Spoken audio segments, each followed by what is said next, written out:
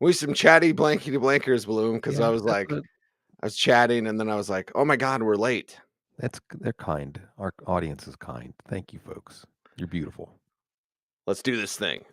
You got a team, here's a word to the wise. You want to dominate your league? Go to football, guys. Football, I'm living in a fantasy. Football, got everybody mad at me. Football, cause every game I had to win. Football, I gotta be a champion. Football, I'm living in a fantasy. Some of our best conversations happen off air, Bloom, but we're going to have to shelve those for now. And we're going to talk about Josh Dobbs didn't lose his job yet. And where's our pot stoner degenerate Jason? We're talking about the Raiders. They're taking on Minnesota. And yeah, I guess that's Josh Dobbs didn't lose his job and Justin Jefferson's back. History could rue the day that Jefferson returns with Dobbs at quarterback, or it could just be okay. Yeah, it could be. This is what's interesting about this one. And I think this is a decision that some folks are going to have to make in fantasy football this week, right? Since we have a quarterback who, if he plays the entire game, is likely to finish in the top 10, top 12, assuming he doesn't play like he did when he threw 4 interceptions. But he won't get to throw 4 interceptions in this game. They'll stop it. I mean, they're not going to let him go that far out. So there's a bench risk, but there's also some high upside here with Justin Jefferson back. That's the thing. He was a relevant, if not elite at times, fantasy quarterback with the Vikings without Justin Jefferson. Now, he's going to lean on TJ Hawkinson. That connection worked really well. Jordan Addison might be the odd man out here. So he falls down to what the heck flex level. Granted, Dobbs, could surprise us and feed 3 mouths in this pass offense. In the rushing game, still Alexander Mattison, whether it's Ty Chandler, whether it's Madison not necessarily playing up to expectations, he's still just a what the heck flex here. The Raiders defense is not a pushover.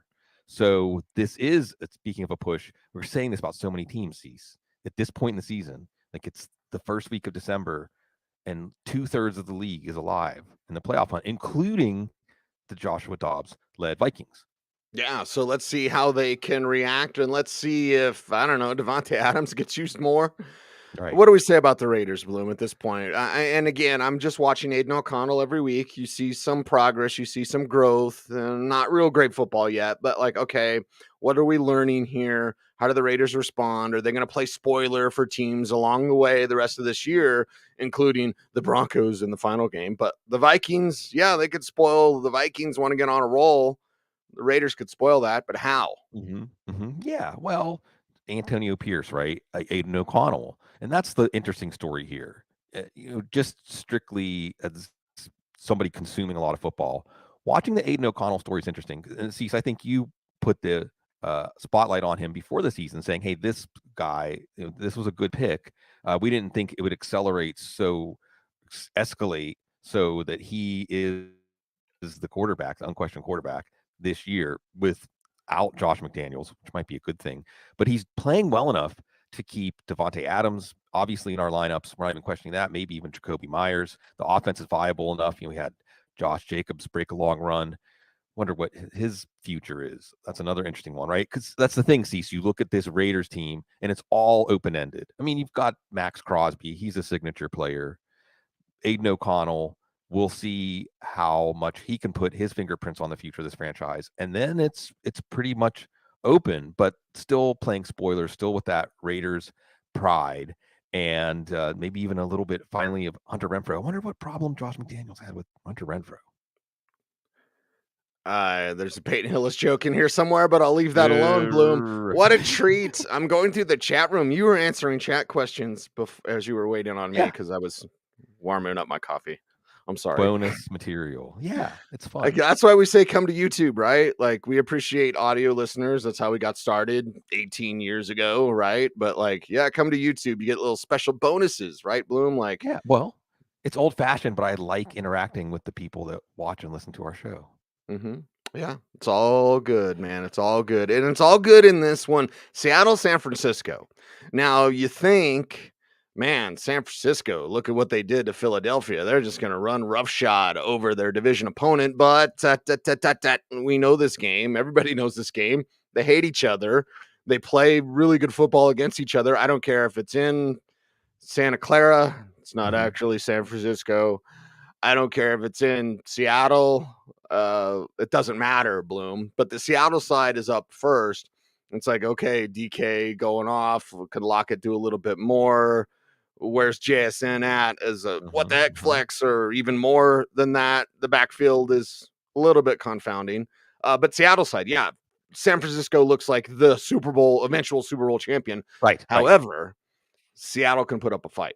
They can. Well, and that's where we get to a lot of divisional games down the stretch, and a lot of games where teams have seen each other recently, but there's also a history. There's a history between the players, there's a history between the coaches, and obviously the franchises here. And for Seattle, is this season slipping away? Now the schedule gets easier after this, so they could conceivably lose this game and still make the playoffs. But turn back the clock a month or so, and it did not seem like we'd be talking about them as a maybe playoff team in the NFC. They just got their brains beaten in by San Francisco on Thanksgiving, right? Yeah. I mean, that's not usual in this matchup, no matter how much of a disparity there is between quarterbacks or whatever. And that's the thing, like you said, see, San Francisco is the 500-pound gorilla in the NFL right now.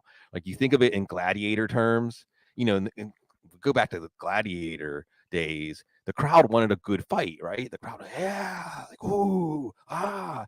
And sometimes the crowd actually is like, oh, like, this is such a mismatch that this is going to be short and this is going to be ugly. And that's how this game was. So how does Seattle respond to that? And for fantasy, these are important questions, because now Zach Charbonnet, Kenneth Walker didn't practice on Wednesday. We'll see. We're recording this Thursday. You have to think that even if one of these guys can go, they're not going to be full effectiveness. If neither of them can go, there's DJ Dallas as a what the heck flex. That puts even more of the offense on Geno Smith's shoulders. Just because San Francisco is playing so well. Our Carlson's banged up. Chase hasn't exactly been a revelation, but still, this is a really, really good defense peaking right now. After last week, you have to put DK Metcalf in. I don't know if you're putting in Tyler Lockett. Remember, only 2 teams on bye. So the choices are getting more difficult as you set your lineups. Jackson Smith and Jigba actually might be a better play than Lockett. At least he can get downfield. At least maybe, that's the change up, is you actually do try to throw downfield against this defense to Smith and Jigba. They're not out of the playoffs if they lose. It sure would help a lot if they win. But for San Francisco, these games just look like exercises. They just look like practices the way this team is playing right now. Yeah, and the way they're rolling, and continuing to roll. I mean, what Debo, it's everybody, Bloom. Yeah. But I'm specifically going to highlight Debo in my little transition here to you, because, yeah, oh my God, just go back and watch the film. The way they're able to beast teams with Debo doing everything from every position. It's Kyle Shanahan's wet dream. Sorry, Joe. But sure. Yes, yeah, it's exactly what this is, with a guy in Brock Purdy that can do everything that he needs to do, and let the offensive weapons take over. Yeah. This is something to behold. I mean, I say this as a bit scarred watching Joe Montana, who grew up the next town over from me, Monongahela.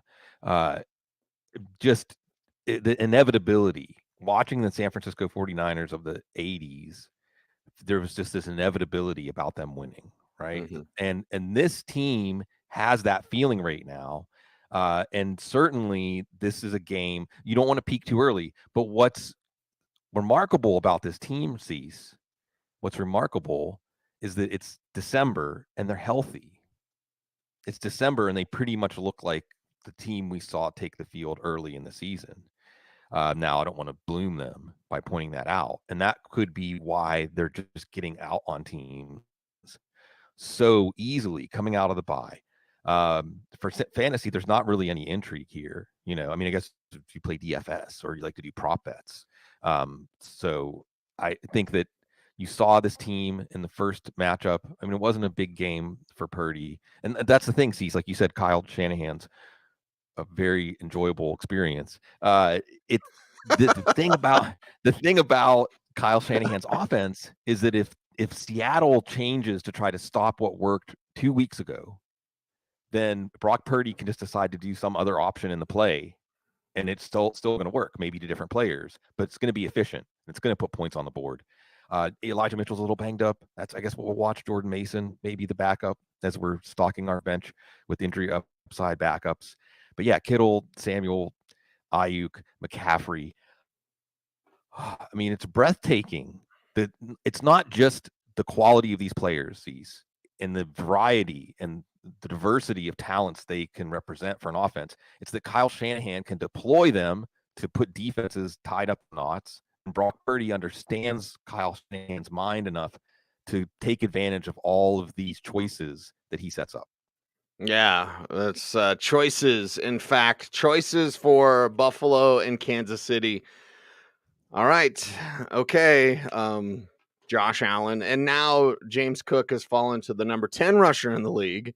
He's still leading the league in yards after contact average. And he was number 4 in the league maybe a few weeks ago, Bloom, whatever it is we talked about it. It's like the key for Buffalo is taking some off the plate of Josh so he doesn't have to play hero ball.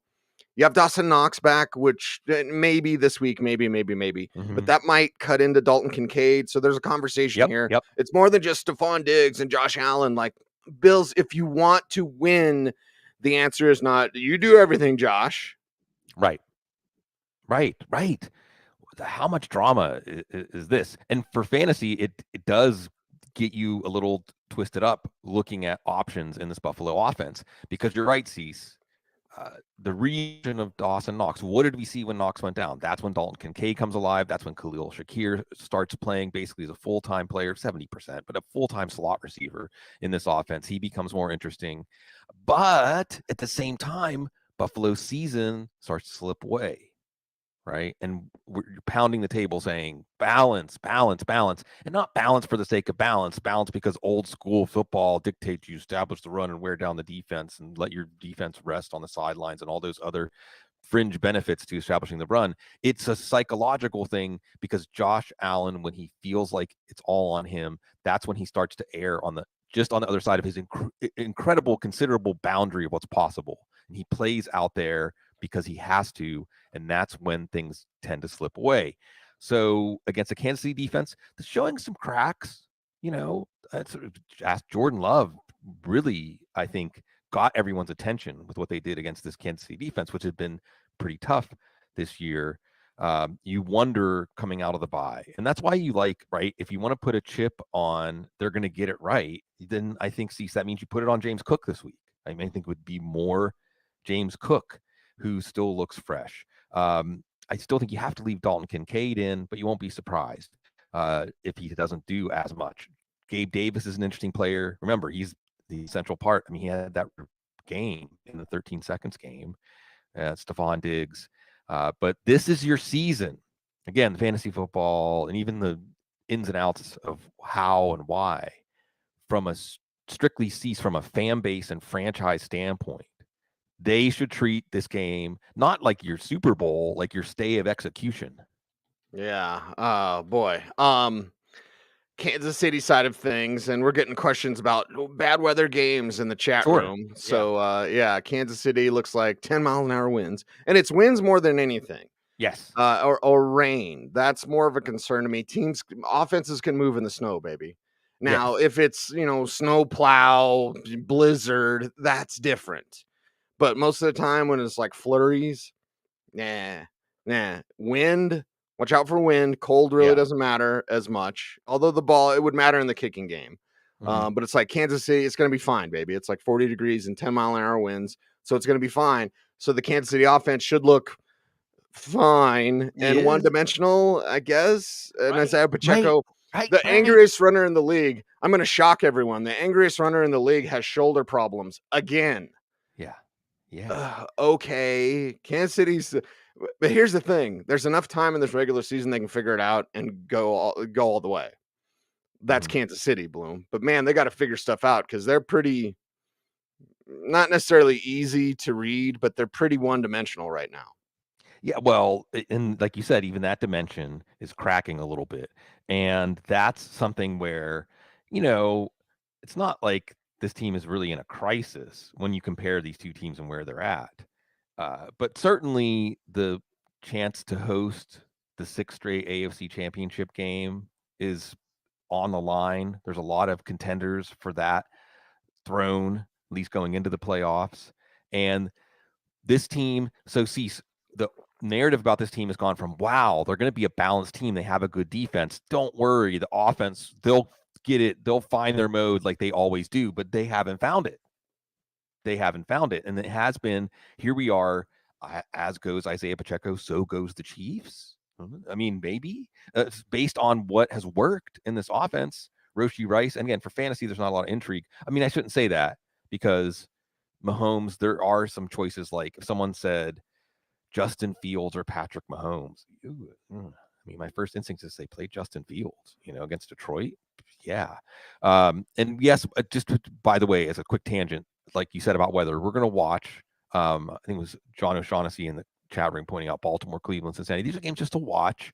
I still think we generally make more bad decisions by pulling players out because of weather than we do good decisions. But sometimes it's that foreseeable thing that if you choose to ignore it, just depends on how close the options are. I think within a tier, you may take a player, but I wouldn't jump down a tier on your rankings just because of weather. So this, like you said, probably won't be a weather game, but it will be heavy weather for both of these teams, really, as part of their destiny, determining what that is this season.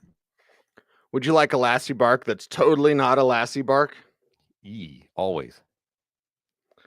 I think the Broncos are looking towards the future without Russell Wilson. Well, I think if there's a couple of game stretch here where the offense stinks like they did against Houston, because there was you attack them with the pass and Russell Wilson threw 3 interceptions and only 5 games left. So I'm not saying any sort of hot take or whatever, but like it just makes sense to not get Russell Wilson injured when he's running 21 times over the last 2 games. It makes sense to put Jarrett Stidham in at the end of the year. Just from an economical standard, it always comes back to money, right? What are we talking about? Corporations, money. The money with the Broncos that they have tied up. Russell Wilson's 4th day of the new league year is 2025 salaries guaranteed. Not 2024, baby. 2025. So I believe, it is my belief, not any sort of inside information, but it's my belief that they are preparing to perhaps restructure and either trade or move on from Russell Wilson. Unless he can get it done against the 31st ranked pass defense in the league this week, it is the Chargers. So it's like, okay, I don't think this will be 6-0 Chargers. Sean Payton will have a plan together. It comes down to whether or not Russell Wilson can execute it. We had a Wilson or Fields question earlier in the chat room, Bloom. That's Fields all day. You can't yet trust Russell Wilson.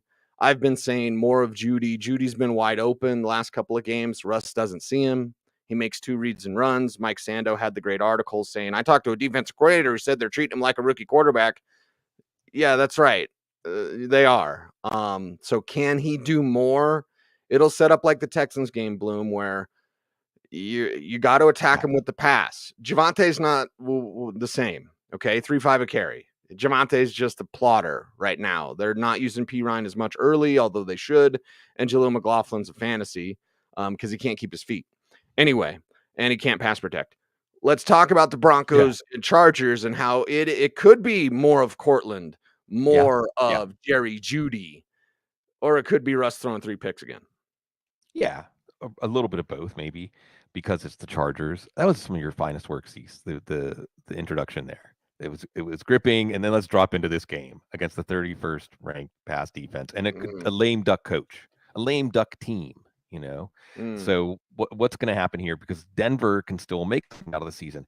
Boy, has it been kind of, a scary funhouse going through a Sean Payton season with this team, because it was so bad and so discouraging. And then you had this logic-defying win streak. And then they did hang into the last play against a Houston Texans team that we're probably ready to say is a legit decent team, a playoff quality team. So we have to stop spinning it and saying, well, Mahomes was sick. Well, they had Josh Allen off balance. But what can this team do, like you said, on offense? It is going to come down to Russell Wilson for fantasy. That makes you more interested in Sutton, Judy as a true what the heck flex. So you start to look at the future again. What's Jerry Judy's future? What kind of market is he going to find? What teams are going to be interested in him? Another player that may not be on the Broncos. They're not a cornerstone of the future. But like you said, Cease, then again, this team gets hot in December, goes to the playoffs, gets everybody excited, makes everybody feel like, well, now what can they do with a full off season with Sean Payton and keep the pieces? And, you're right. I mean, you're really right the way you set this up, that this is a team that still is at a fork in the road, and Sean Payton's at the wheel. Yeah, and I asked Mike McGlinchey yesterday. I just tweeted about it. The most important thing ever. Only 4% of our audience is on Twitter. Anyway, and McGlinchey said there's not many I would want than 3. So, and McGlinchey's always honest, even if it's a little bit brutal, even on himself. He talked about having a bad game. Anyway, the Chargers. Speaking of bad games, hey, the Chargers, everybody. Austin Eckler's hurt, so he's not playing up to Austin Eckler standards. Josh Palmer might be back. I think it's next week, Bloom. Let me know if you feel any differently. It's the last stand for Quentin Johnston as your why did I do this? What the heck flex? Right. And it's all about Keenan Allen. Yeah. I mean, it's as much fun and enjoyment I take into watching Mike Evans. That's the same enjoyment everyone should take in watching Keenan Allen. Oh, yeah. Yeah, I think so. And what's neat about Allen and Evans, and I think Evans has cemented his Hall of Fame case this year. I think that he's Mike Evans Hall of Famer now.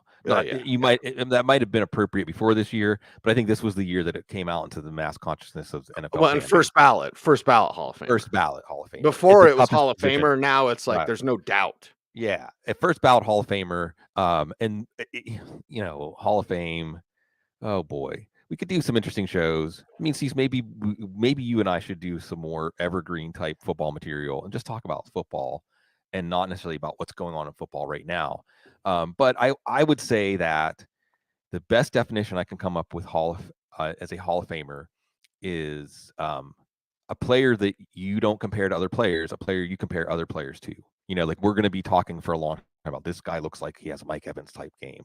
And we're probably going to say this guy looks like he has a Keenan Allen type game too. And Keenan Allen, not a Hall of Famer, but somebody who does what he does on the field as well as anybody. You want someone to do the things he does well, and there's no one better. And for fantasy, that's translated to a lot for us. Just knock on wood that he stays healthy. Otherwise, I mean, you're going to play Austin Eckler, but boy, that you're not getting much probably. Vance Joseph turning around this defense. So that's an interesting thing looking to the future. Again, this is like the Raiders, where it's like, what's the future for this franchise? What's the future for these players? Who's Austin Eckler going to be playing for next year? Where are we going to take him in fantasy drafts? Are we still going to take him in the first round? I don't know. We'll see. There's a lot of question marks here. Justin Herbert. For a stretch this year, it looked like, hey, Kellen Moore, Justin Herbert, this is working out. Certainly for fantasy, this is working out. But now Herbert's slowing down. Yeah, it was Bill Belichick, but still, no offensive touchdowns, really. You going to trust him? Because again, this Denver defense CJ Stroud didn't exactly go up and down the field on them, although Denver was hanging on in that game. Still, you're not automatically playing Justin Herbert. Someone asked me, Justin Herbert or Joshua Dobbs this week. It's risky, but I'm probably going with Dobbs here. I mean, I'm just saying this offense is not exactly inspiring confidence. It's part of how we got here with this team that has such an uncertain future. And like you said, Cease, if Denver struggles in this game, it kicks them back into the uncertain future. If you're looking here, Johnston, Everett, if you like Herbert, but I think this is probably going to be not an exciting offensive game. Yeah, not exciting whatsoever. This one, very exciting. I'm very curious. Philadelphia and Dallas. I make no bones about it. I love Howie Roseman. There's your nickel. Man alive, how does Philly respond after San Francisco depantsed them and dethroned them and did whatever they wanted on the football field? Like, okay, and it's Dallas now, and it's in their house. Jerry's going to be fired up for this one. And the Cowboys will be fired up to take on a team like Philadelphia, who's coming off that walloping. I don't think we use the word wallop enough in society, but yeah, okay. How do they respond? I bet they respond pretty good, Bloom. Yeah. They do. And by the way, Dallas Goedert should be back this week. So there you go. No more unnamed tight end. Man, they didn't have, I guess it was more Devontae, right? Slim Reaper. But they didn't have anybody step up. Well, what about that? Nope. Nobody when Goddard was out. Now Goddard's back. Yeah, well, I mean, this is a great one too. Buffalo, Kansas City, and then Dallas, Philadelphia, and sees these are games again. Teams have they're a family. They have like a shared consciousness, a shared space, and there's a lot of emotion, a lot of spirit in there. Where they're influencing what's happening. What's happening is influencing them. You have this feedback loop, and in both of these games between teams that are very familiar with each other. Buffalo and Kansas City aren't in the same division, but come on, their destinies are intertwined. Dallas and Philadelphia, you go back to like Zendejas and Buddy Ryan, in the way that these teams, yeah, they're when you look for division rivalries, where you have like teams that are the antithesis of each other, the organizations, how the organizations are run. Fan Wow, bases. this is it's tremendous. So what happens when you put these chemical reactions happen and these teams learn who they're going to be this year? When these games start to happen this late in the season, these are games that change your season. So get your popcorn out. For fantasy, I guess the only real intrigue here is because Dallas Goedert, my first game back, was a forearm injury, so you're not worried about re-injury or anything like that. You're putting him in. Hopefully, that's what helps Hurts. Swift is the only real question, taking that big hit. And it might be more of a Kenneth Gainwell game anyway. He's more of a what the heck flex here. And so you have Philadelphia off a walloping. How do they psychologically respond? I mean, Jalen Hurts is their spirit animal, so I think they're okay. They're fine. Dallas has suffered that walloping, that same San Francisco walloping. But Dallas, I think, sees the same questions remain. Can you actually win in the NFC and winning this game and pulling even in the standings and maybe having a chance to win this division and not having to go on the road? They're looking at having to go to Philly and San Francisco and win in both places to go to the Super Bowl. Oof. So winning this game is really important for Dallas. I'm still so nervous about trusting Brandon Cooks. I'm like, okay, Dallas, and we got Tony Pollard, of course, and we know exactly what Dallas is going to do, how they're going to try to attack him. Did I see Schoonmaker shot Ferguson? Yeah. Used to be Schultz too. He got activated off IR, right? Right. Anyway, the unnamed tight end, generic tight end because they're all the same. They're decent, but they're all the same here for the Cowboys. But we know the weapons, we know the game, and this one's a popcorn. Stupid Monday night. They have two Monday night games that are garbage. Right. This one, popcorn, and more popcorn, and cold pops. Yeah, at least it's a good island game. Is it overfitting at Cease? They're wheeling Mike McCarthy into the operating room. The leaders of the team are there. He's like, "Go win this one for me. Win it for McCarthy." But as a turning point, speedy recovery. I'm not trying to. I'm glad they caught his appendicitis. That could be a mess. But this is that point in the season for Dallas, right? I mean, this is really this pull the sword from the stone moment where you say it's going to be different. It's going to be different this year. And again, from a nuts and bolts point of view, you put the division back in play. You put maybe even the number one seed. I don't know. It looks like San Francisco, but you put all that back in play. But it's the belief in self, and talk about teams and spirit animals. Dak Prescott, whether it's college or the pros, hasn't had that moment, right? Winning that big game, making that big play at the end of the game where it's like, yeah, we knew he was going to come through. We knew if the game fell on his shoulders. It's been the opposite. It's really been the opposite. So winning this game in front of the home crowd would be really big. And for fantasy, like you said, Cease, I guess the questions are Brandon Cooks. He scored in 4 of the last 5 weeks or something like that. He's already had a massive game. This game could go bonkers scoring wise too. This could be one of those games like a fast break basketball game with these quarterbacks, with the quality of these offenses.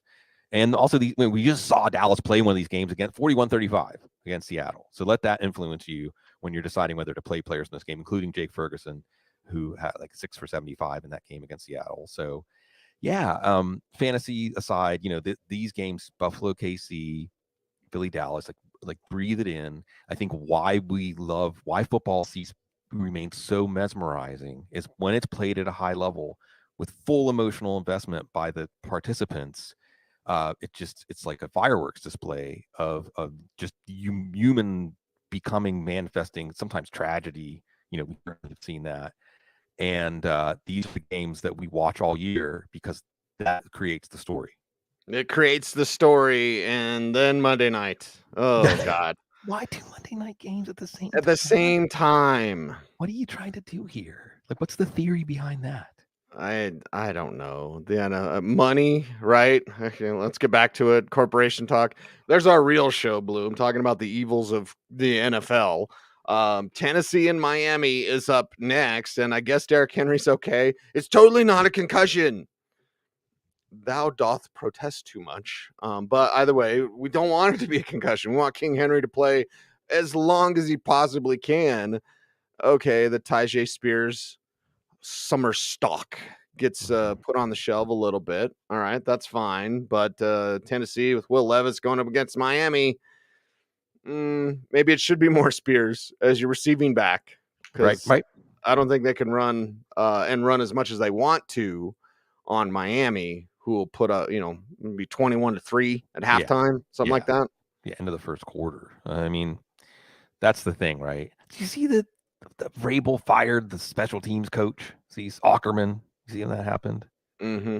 Is that like a sign that Vrabel? It's still Vrabel, the emperor. Like if someone's going to be held accountable for this season, it's not going to be Mike Vrabel. Yeah, I don't know. Where's this team headed?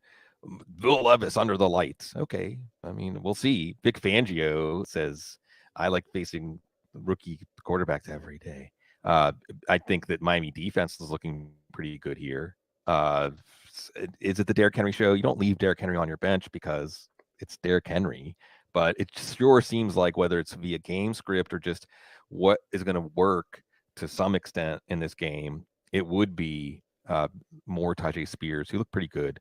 DeAndre Hopkins probably in your lineup, but then again, he's going to be facing Jalen Ramsey and Xavier Howard, so you won't be shocked if he doesn't do very much. Is there a pivot? Yeah, get Chiggy with it, right? I mean, he's coming on, he's making plays. Maybe this is a game that, while it's likely a miserable game, anything other than a Miami blowout is going to be a surprise here. But maybe Okonkwo still makes some plays and really shows what he's capable of and the potentially special talent he can be. And really more this is an exhibition, and it should be an excellent exhibition for the Miami offense. Yeah, exhibition for Miami, and you know who that is. It's Tyreek and Jalen's playing hurt. So I believe someone on Twitter asked who's the biggest fantasy disappointment, and Jalen Waddle was on the list. And I was like, well, he's hurt. I don't think Jalen Waddle's a disappointment. I actually give him credit for being tough because he's not 100%er. But yeah, he's not going to produce like normal. And Tyreek's going to do everything. And he might do a lot against Tennessee. Yeah, right. Cease, I was revisiting, as I was thinking about this game, I was revisiting the Tyreek Hill trade. And on one hand, you say, hey, Kansas City won the Super Bowl. So if Kansas City traded Tyreek Hill, won the Super Bowl, then you think that's like case closed. But they probably would have won that Super Bowl with Tyreek Hill too, right? I mean, they would have won the Super Bowl either way. It looks like they're going to get Trent McDuffie, who's a nice player, and Sky Moore, basically, and I think a couple late round picks for Tyreek Hill. Wow, Miami. It was a pretty good trade for Miami, as it may change the destiny of their franchise, and it certainly changes the destiny of fantasy teams. Remember, there's no way that Tyreek Hill can be better with another quarterback than Patrick Mahomes. Oh, yes, way there is. And Tyreek Hill saying, Tua, he's maybe more accurate than Patrick Mahomes. Like, come on, you're laying it on thick. Well, in the context of, and maybe enter Mike McDaniel, maybe the Tyreek Hill trade doesn't look the same if Mike McDaniel is in the head coach. But we get to watch this. It's fun for fantasy. You want Tua to get his stats before the game gets out of hand, really. Tennessee's run defense is tough, although Jeffrey Simmons is banged up, so maybe not as tough. They contained Zach Moss last week. But still, when it comes time to check the check marks in your lineup, boy, it's tough to leave Raheem Mostert on your bench. Boy, it's tough to leave Devin Achane on your bench. Remember, this is a team that had both of these guys put up multi touchdowns. What was it when the dust settled against Denver? I think Achane had 4 and Mostert had 2 or 3. So you're probably going to play them and accept whatever comes here, even though you know that Tennessee's run defense is good. You know that Miami's offense is good. You still don't really know, though, if they can hang with the best teams in the league, but that's what's neat about Dallas and Baltimore coming up on the schedule. What do we know about the Green Bay Packers? Besides the fact that Aaron Jones is going to be healthy. What do we know? I offended Packers fans when I was like, Romeo Doubs is our best receiver. No, he's not. He's totally not. Okay, there's others that are consideration. I just happen to love me some Romeo Doubs. I think Jimmy said that in the chat room last week. But yes, I love Romeo Doubs. Who doesn't? Well, some Packers fans, I guess. But anyway, let's discuss this situation. It's Packers and Giants. We're finishing on a banger. Thank God we've got What the Heck Flex. What the Heck Flex is more exciting than Packers and Giants. But let's talk about the Packers side. Yeah, Jordan Love. Again, we've had these two stories that I have found remarkable for the whiplash: the Denver Broncos and Sean Payton and Jordan Love, where if you watch the first half of the story, you had the story, and then the second half has been completely different. And where it's pointing right now for Jordan Love is he is the quarterback of the future and present for this team. And maybe he's your fantasy quarterback. I'm not going to say start Jordan Love over Justin Herbert, start Jordan Love over, certainly not Patrick Mahomes, start Jordan Love over some quarterbacks that you certainly expected to be playing over him. However, it may end up being the right answer in hindsight. The way he's playing, you're not going to have Christian Watson for this one, but you are going to have Dobbs, who probably has the highest PPR floor. I think Jaden Reed has the highest ceiling, or he can contribute as a runner. He has been. And then there's Dontavian Wicks, who is maybe the big play upside guy. They're all viable plays.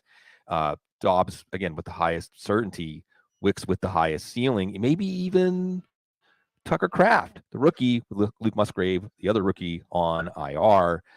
Kraft caught 3 passes pretty early and then didn't do as much, but if this offense is efficient, it's going to maybe make him relevant if you need a tight end. And maybe A.J. Dillon if Aaron Jones is out. But we're going to be watching this one. And see, this is a team now, when you look at Aaron Jones and you look at this matchup and you say, it's the Giants. Now this is a team in playoff contention. So maybe you err on the side. Remember, it was frustrating how they didn't want to give Aaron Jones very much work until he was really 100% earlier this year. And the Packers always are conservative about medical decisions. So we'll be watching that. It's Monday night. That throws a monkey wrench in. But maybe A.J. Dillon can be a good play here. And maybe Tommy DeVito will walk to this game from his house, his parents' house. Yeah, everyone needs to be as relaxed as Steve here in the chat room. Anyone getting psyched here? Al Michaels tonight. Al Michaels has entered the Joe Namath with the Rams portion of his career. He gets like $1 million a game or something, right? He gets an exorbitant amount of money to show up and kind of watch the game and talk about it. DGAF.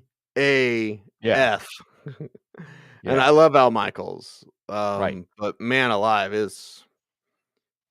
doesn't. You don't have to do this anymore, Al.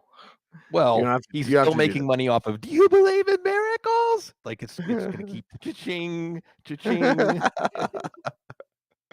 Oh wait, we got to talk about the Giants side. Okay, so let's talk about Tommy DeVito. Giants, and we had a Wan'Dale Robinson question earlier in the chat. I think Scott had that earlier. Our dude Scott. So let's talk about this thing. And Wan'Dale, he might be one of my ever popular What the Heck Flexes, Bloom. Yeah, I think that's Giants. Now the Packers, it's a fun story for Tommy DeVito, and we're looking at this alongside of stories like, hey, well, CJ Beathard's going to have maybe his opportunity. Certainly Jake Browning. The quarterback injuries are a terrible, terrible story.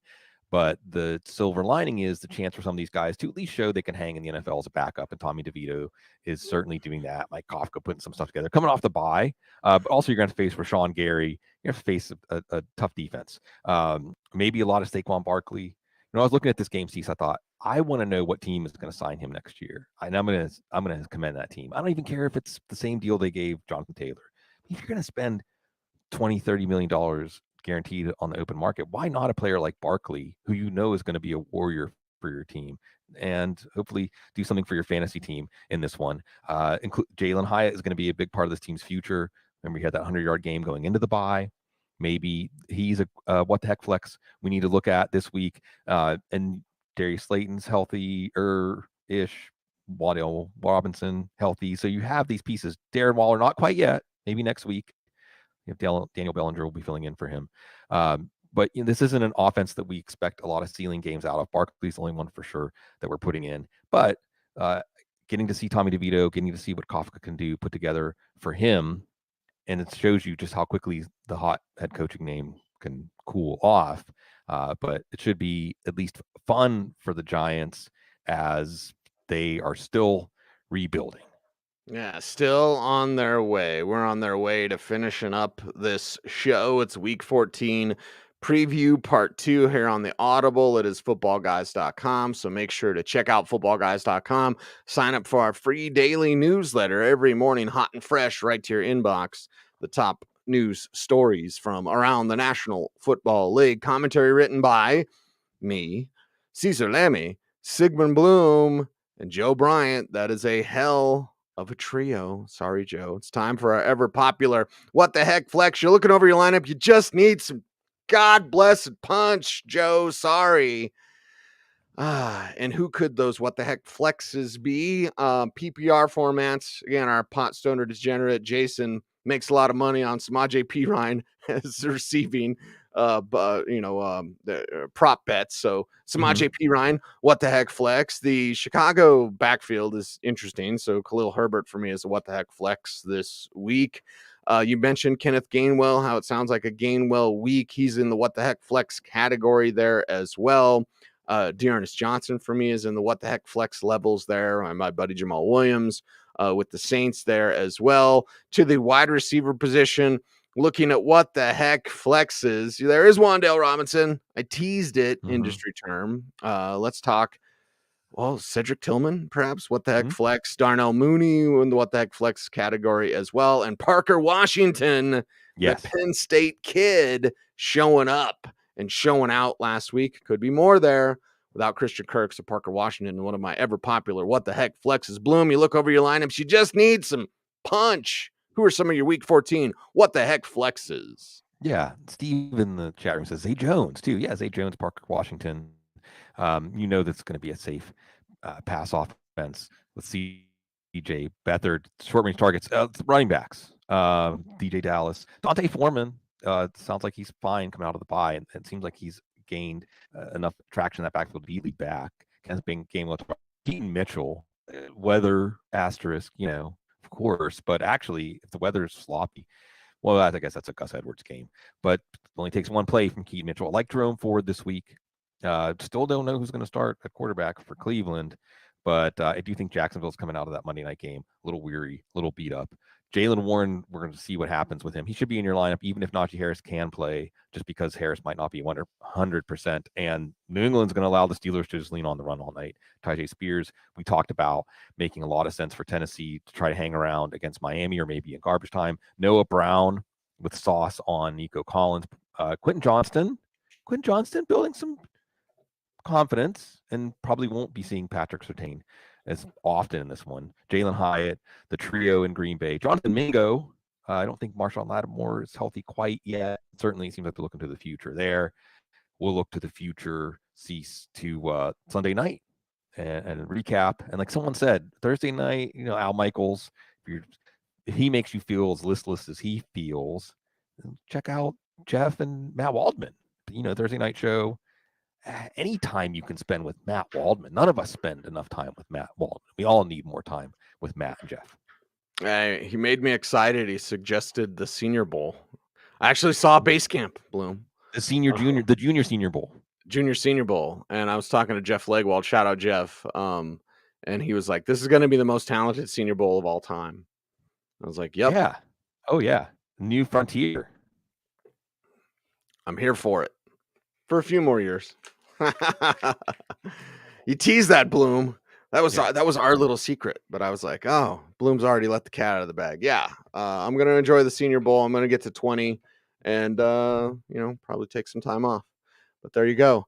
That is a wrap for the Audible Week 14 preview part 2. Again, we're growing our YouTube channel. We really appreciate you for helping us do that. How do you do that? If you've chatted in the chat room, comment down below, please and thank you. I always try to go back and answer some questions in the chat room, or excuse me, in the comment section. So please comment down below. It helps the YouTube algorithm to put us in front of more people. And football guys, yay. Like, comment, share, subscribe, hit the notification bell so that you never miss a vid. We love you guys. We appreciate all the good thoughts and warm wishes. So he's Sig, I'm Cease. We are the Audible. Everyone out there, stay tuned. And would you please stay frosty,